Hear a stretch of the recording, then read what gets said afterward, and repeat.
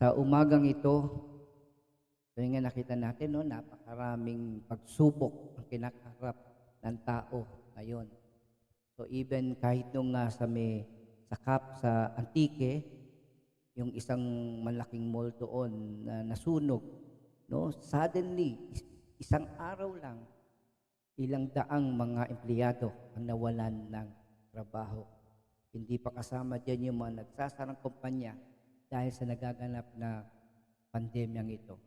So mga kapatid, mapalad tayo kung sa araw na ito ay wala kang nakikitang pagsubok sa buhay mo, no? But one thing to be sure is this, kapatid, napakalaga ng pagsubok, suffering and trials sa mga anak ng Diyos. Why? It only means one thing, that there is a God who answers prayers, and also nakikilala natin that God is gracious, God is merciful. Amen. Praise God. Tunay nga, salamat po ng marami sa mga kapatiran na patuloy na nakikinig. Magandang umaga sa mga kapatid natin sa Masbate. Magandang umaga sa mga kapatid natin sa Laguna at sa Pampanga. Praise God. Sa Cavite. Glory to God. Sukat. Si Nanay Linda sa Sukat. Sister Letty, miss ka na namin. Hallelujah. Praise God. At happy anniversary sa kila Sister Wendy sa Tulod family. No? May God bless your relationship. May God be the center of your family. No? Tunay nga, pag si Kristo ang nasa gitna ng pamilya, puno yan ng pag-ibig. Hindi yan mauubusan. Okay? So, may God bless you. May God open the windows of heaven and shower your family with the blessing beyond your imagination, beyond your way of asking. Hindi lang yung kailangan nyo ang ibigay ng Panginoon sa inyo, kundi yung biyaya na tunay nga magbibigay sa inyo ng kagalakan at kapayapaan. Amen. Praise God. So, good morning po.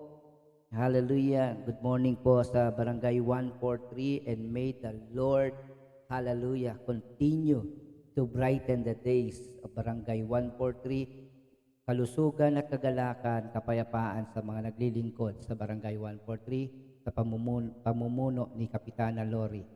Praise God. So sa osa to, nasa chapter 11 na tayo, mga kapatid, no? Yung ating opening scripture dito, can you find out the deep things of God? Can you find out the limit of the Almighty? Alam niyo po, mga kapatid, dahil pag dumadaan tayo sa pagsubok, ang iniisip natin, hindi maganda ang bunga ng mga hardship and sufferings. Mga kapatid, these things ay isang paraan upang mayroon tayong matutunan at malaman. Sa education, sa pag-aaral, kaya nga po binibigyan ng projects, assignment, take-home activities ang tao. No, by doing those activities, by doing those assignments and projects, nalalaman natin kung may natututunan tayo, no? Kaya nga pag may dumating na problema, meron tinatawag na assignment, that is called a project, no? At ang teacher natin ay ang ating Diyos na buhay. Hallelujah. Tuloy natin. Babalikan natin ang ibang information. Job is a righteous person.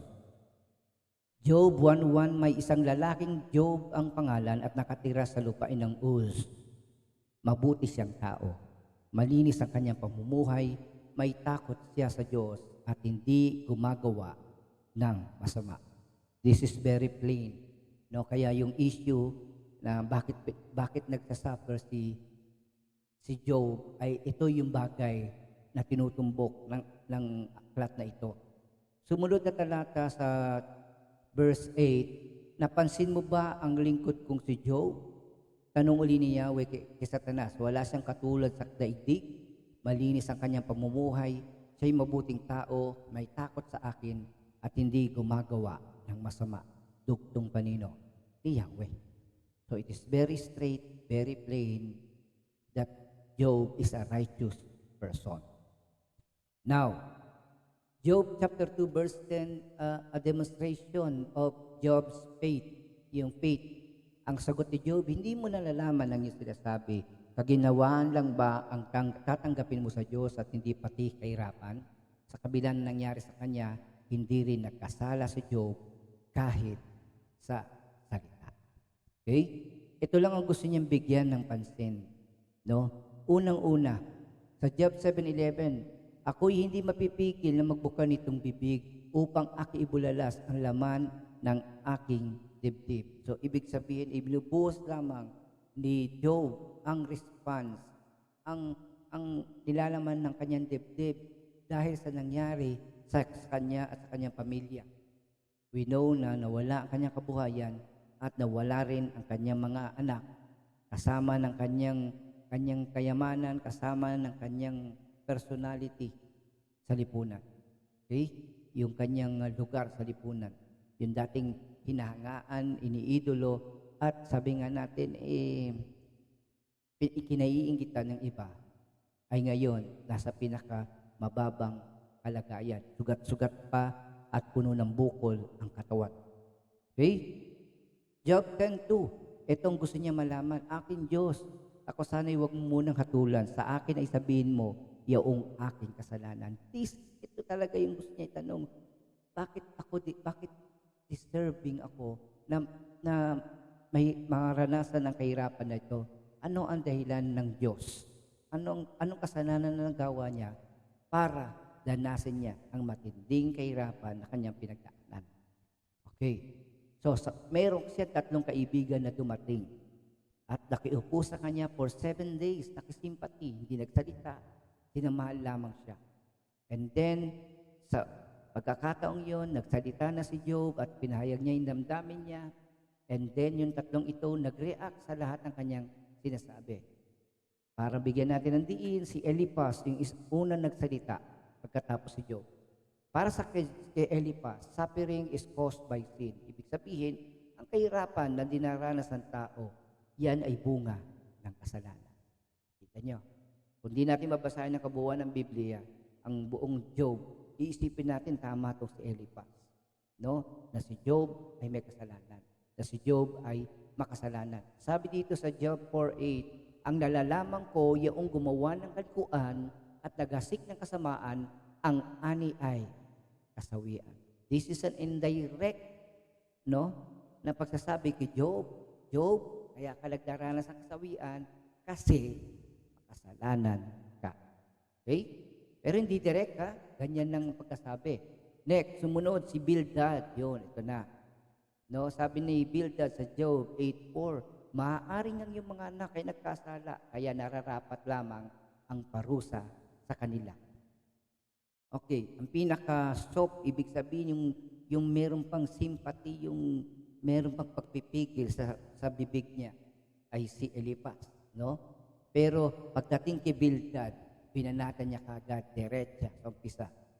Pero sa bandang huli ay sabi nga natin, naging dahan-dahan siya sa pagsasalita kay Job.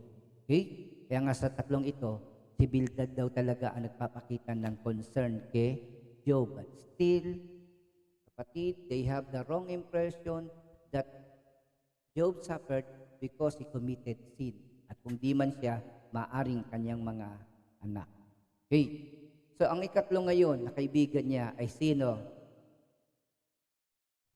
Si Zophar. Okay? So, itong si Zophar. Okay? So, ang ikatlong kaibigan niya. So, unang-unang ginawa ni Zophar, binanatan. Severely rebukes Job. Pagkatapos niya marinig yung mga sinabi ni Job sa chapter 10, ito ang response ni Job. Hallelujah. Dapat bang di tugunin marami mong sinalita? Ang tao ba na madaldal ay lagi nang siyang tama? Okay? So, kita nyo, no? Yun ang binanat niya kay Job. Verse 3, akala mo hindi masasagot ang mga sinabi mo at kami di nakikibo sa mga panunuya mo. Verse 4, pinipilit mong tama ang iyong binabanggit at sa harap ng Diyos, ikaw ay matuwid. Hindi niyo po masisisi si Job, bakit sinasabi niyang wala siyang kasalanan, sapagkat maging si Eliphaz at si Bildad, kahit sinasabi nilang ang makasalanan ay pinarurusa o ang pagdurusa at kasawian ay galing sa kasalanan, ay wala naman silang matukoy na kasalanan na ginagawa ni Job.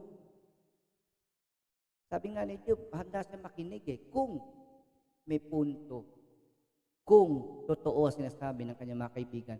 Pero wala silang masabi. Ang lagi lang nila sinasabi, ang makasalanan ay pinarurusahan ng Diyos, and yet, hindi nila masabi kung ano ba kasalanan ni Job.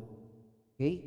So, verse 5, sana'y ang Diyos ang sumagot sa sinasabi mo. Wow, ito ang pinakamatindi. 11 verse 5, sabi ng taong ito, sana'y Diyos ang sumagot sa sinabi mo. Alam niyo po ba, kung ang Diyos ang sumagot, kaya nga po, alam niyo, ipapastak lang natin ng kwento. These three were punished by God. Hello. Etong tatlong ito'y pinarusahan ng Diyos. And only the prayer of Job can save them. Amen?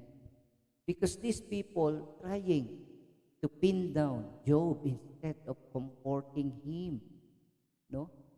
Isipin mo, pupunta ka sa isang tao may problema, sasabihin mo, kasalanan mo, tikas sa ulo mo, buti nga sa'yo. No? Kumisan, may sumpa pa.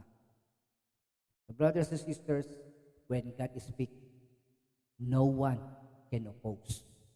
Kaya nga, mag-ingat tayo sa pagsishare ng Word of God. Do not tell the person na ito pinasasabi ng Diyos sa iyo kung wala namang sinabi ang Holy Spirit sa atin. Okay? 11 verse 6, upang masabi sa iyo maraming lihim ang karunungan, na may mga bagay na di abot ng iyong isipan at hindi niya pinapansin ang iba mong kasalanan. Ano ibig sabihin dito? Unang-una, no? Na sinasabi niya dito, yung karunungan na galing sa Diyos. Okay? At ikalawa ay yung tinatawag natin that God do not treated us according to the severity of our sin. Hindi niya tayo hinaharap sa bigat ng ating kasalanan o hindi niya tayo pinarurusahan ayon sa bigat ng ating kasalanan. Romans 6:23, for the wages of sin is death. No, kapag nagkasala ka, kamatayan ang kabayaran. But praise God, nandun pa rin ang mercy. Sabi nga ni David, no, rebuke me with your loving kindness. Hindi yung parusaan mo ko sa kasalanan na gawa ko, kundi itama mo ako sa pamagitan ng iyong pag-ibig. Hindi natin kaya yung parusa. But I tell you, kakayanin natin yung pagtutuwid ng Panginoon. Amen. God, ang Diyos ay hindi konsentidor. Anong konsentidor? Yung alam mo ng mali, pinapayagan mo pa at ini-encourage mo siyang ituloy lang. Ha? Pastor, baka matisod pag sinabi kong masama ito, bad ito. Kapatid, hayaan mo silang malaman ng mali sa pamagitan ng pagbabahagi natin ng salita ng Diyos. Amen? So kayo po mga magulang anak, konsentidor ba kayo? Huwag po kayong konsentidor kung mali, mali. Okay? Praise God. So, yun ang unang banat kagad ni Zophar. And then ay ikalawa, ay binigyan ng pansin ni Zophar yung tinatawag nating the majesty of God. So, ano sabi dito? Ang mga hiwaga ba ay iyong matatarok o madadalumat mo ba ang kapangyarihan ng Diyos? Ang ibig ba sabihin, kaya mo sukatin ang kapangyarihan at karunungan ng Diyos? Alam mo ba kung gaano kalawak ang kapangyarihan ng Diyos? May limitasyon ba ito? Okay? So, meron bang bagay na hindi magagawa ang Diyos? Okay? So, kapatid, this is one thing. Kilala niyo ba ang Diyos? Kilala ni Job ang Diyos sa pamagitan ng kanyang mga narinig.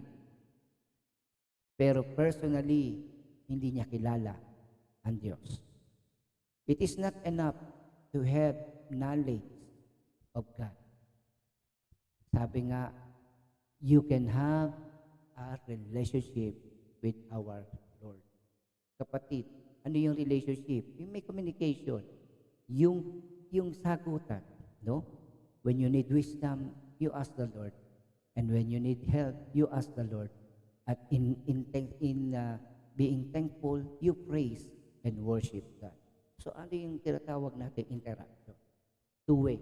Okay? Next, verse 8. Ang katagkailangan ng Diyos, mataas pa sa langit. Tama. Malalim pa kaysa Siol ang kanyang iniisip. Hindi natin pwedeng itapat. Bakit kapag tayo ay may problema, ay kini-question natin ang Diyos? Bakit kapag nahihirapan tayo, ay nagtatanong tayo, ano bang nagawa ko? Hindi ba pwedeng gawin ng Diyos ang gusto niya? At kung siya ay makatarungan, ang lahat ng bagay na dumarating sa atin ay makabubuti sa kabila na masakit sa damdamin. Amen? Bakit sabi nga natin, bigla-bigla, makakalimutan natin na lahat ng makabutihan, yun ang gusto ng Diyos sa buhay natin. At kapag may kinuha ang Diyos, i-question natin na hindi mabuti ang ginawa ng Diyos. That is only the only reason kaya tayo ganyan, hindi natin kilala ang Diyos. The more question you ask God for His purpose and His intention, it only means one thing, hindi mo talaga kilala ang Diyos. Maybe you know Him by name. Maybe you know Him by the stories.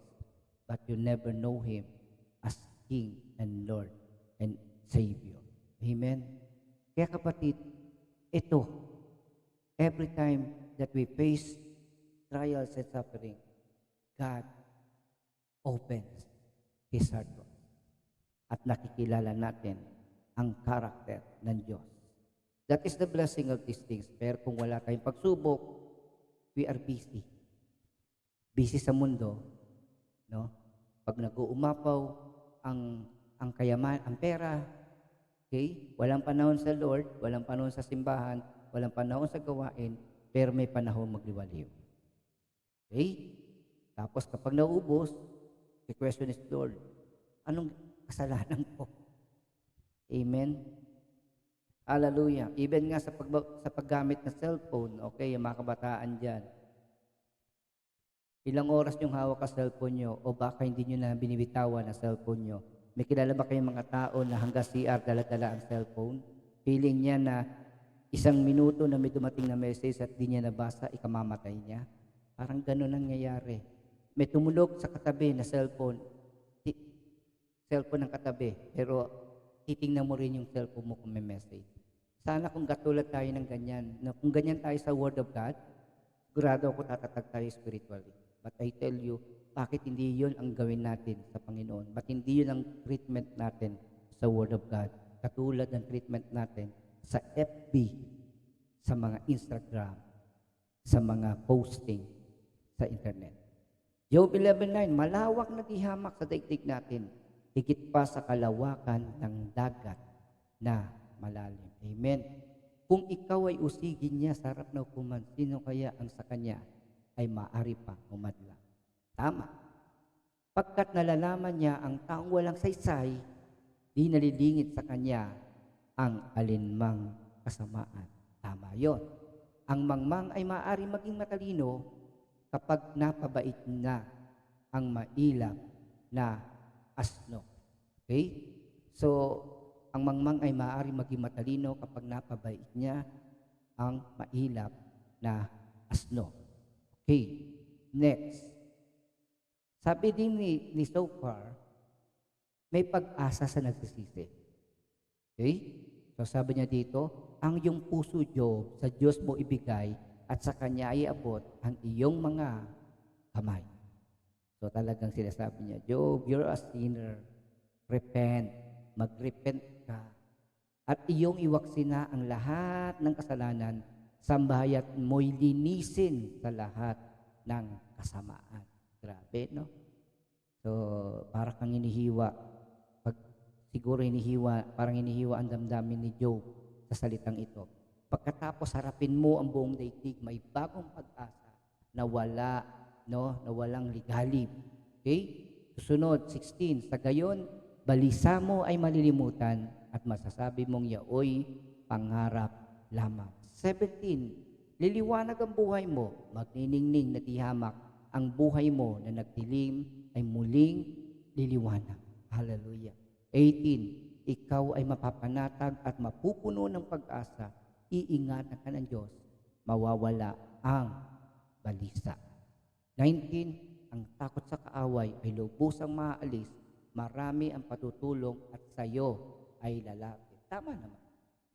Verse 20, ngunit sa masama, maghahari ang balisa. Walang kaligtasan kahit saan sila magpunta. Ano pat kamatayan lang, ang tangi nilang pag-asa. Nakalulungkot na puno ng karunungan ang salita ng kaibigan na ito. Pero sabi ko nga sa inyo,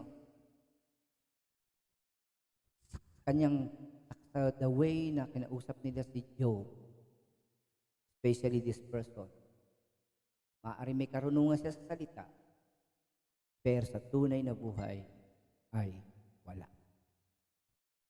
Sapagkat di nila alam ang kalooban ng Diyos. For the fear of the Lord is the beginning of knowledge, and to turn from wickedness is understanding. No, ang ibig sabihin ng karunungan, ang pagkakilala sa Diyos, ang simula ng lahat ng kaalaman at ang pagtalikod sa kasalanan ay pagkaunawa. So mga kapatid, hallelujah, nawa, mag-ingat tayo. No? Kaya natin binabasa ang Biblia so that we will understand every detail, every point of view. Pero sa bandang huli, ang mananaig ay ang punto de vista ng Diyos, ang kanyang pananaw na ikabubuti ng tao. Kaya sa pagwawakas natin dito, sabi dito sa Job 11, number 1, severely, direct, talagang binanatan niya si Job. Pero pinahayag niya ang kapangyarihan, ang kadakilaan, ang greatness ni God. And then number 3, pinahayag niya rin yung tinatawag na pag-asa sa mga taong nagsisisi. Brothers and sisters, never condemn God when He allowed suffering and trials to come into your life. Because behind that, God has a plan, has a solution. Hindi ka iiwan ng Diyos. At ang mga bagay na ito ay magdadala sa iyo sa tagumpay. Sinasabi natin mapalad ang mga nagtataga at nagtitiis. Sabi ni Santiago, narinig na ninyo ang tungkol sa pagtitiis ni Job at ang ginawa sa kanya ng Panginoon sa bandang muli. Ito'y nagpapakilalang mabuti at mahabagin ang Panginoon. Sabi ni Pablo, Romans 2:1, kaya nga sino ka mang umahato sa iba, wala kang may dadalhilan. Sapagkat sa paghatol mo sa iba, hinahatulan mo rin ang iyong sarili. Palibhasa, ikaw na humahatol ay gumagawa rin ng gayon. Kaya sabihin niyo po dyan sa comment section, huwag kang huhusga. Huwag kang maghuhusga. Huwag kang kahatol ng iyong kapwa. Okay? No? Ang utos ni Lord, humayo kayo at payag ang mabuting balita. Hindi niya sinabi, humatol kayo. Huwag kayong manghusga. No? Kapatid, wala tayong karapatan sapagkat ang pamantayan mo sa paghatol o paghusga sa kapwa ay gagamitin din sa iyo. Huwag kang magtuturo ng mga masasama na baka mamaya ikaw rin ay masama. Okay? Kung di ka nagkakamali, kung perfecto ka na, pwede siguro. But you cannot justify yung judgment. Ang talagang paghumatol ay tama, makatarungan ang Diyos lang. Madali na sabihin na ang tao ay masama. Yung mga pulis na nakapatay, na nakunan ng video, napakadaling isabihin na ang mga taong ito ay ubod ng sasama. But you do not know the story behind that. Hindi nyo alam kung ano nagtulak sa kanilang gawin ang mga krimen na yon. Only God knows. At siya lang ang may karapatang humatol. Sapagkat ang mga taong humahatol, hahatulan din sila sa paraan ginagawa nila. Amen? Hallelujah. Mabuti na lamang.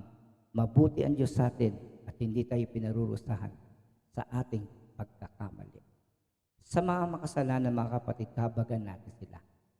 Sa mga masama, ipanalangin natin sila. Huwag natin silang hatulan sapagkat ang nais ng Panginoon, kahit ang gustong iligtas ng Diyos ay ang mga taong makasalanan, hindi ang mga taong banal o matuwid sa sarili nila. Mga kapatid, mahal ka ng Diyos. At ang pagmamahal sa'yo ng Diyos ay hindi magmamaliw, laging bago yan sa bawat araw. Kaya tunay nga, magalak ka kapatid. Sabi ni Pablo, magalak ka. Inuulit ko, magalak kayo. Kahit sa gitna ng pagsubok, kahit sa gitna ng kapigatian, magalak ka. Sapagkat ito ang kalooban ng Diyos. Kung ikaw ay dumanas ng kahirapan at kapigatian dito sa mundo, mayroong langit na kung saan ipararanas sa iyo ang kagalakan, ang tagumpay, hindi lang isang araw, hindi lamang 2 araw, kundi magpawalang hanggan. Kung ang buhay mo, kung ikaw ay nabuhay sa mundo na 60 years old at 50 years ng kapigatian ang dinanas mo sa buhay mo, kapatid, sa langit, aaliwin ka mismo ng ating Diyos. Amen? Palakpakan natin ang Panginoon. At sa araw na ito, pagpalain natin ang bawat isang kapatiran na nakikinig at nakatunghay sa online broadcast ito. Paano po namin sila pagpapalain? Kapatid, sabihin mo sa kanila, mahal kayo ng Diyos. This is the best news na dapat lagi natin panghawakan. Mahal ka ng Diyos. Come on, let's bless one another by telling them, God loves you, o mahal ka ng Diyos, kahit sa Bisaya, sa Bicol, no? Hallelujah. So mga kapatid, hallelujah, mahal ka ng Diyos.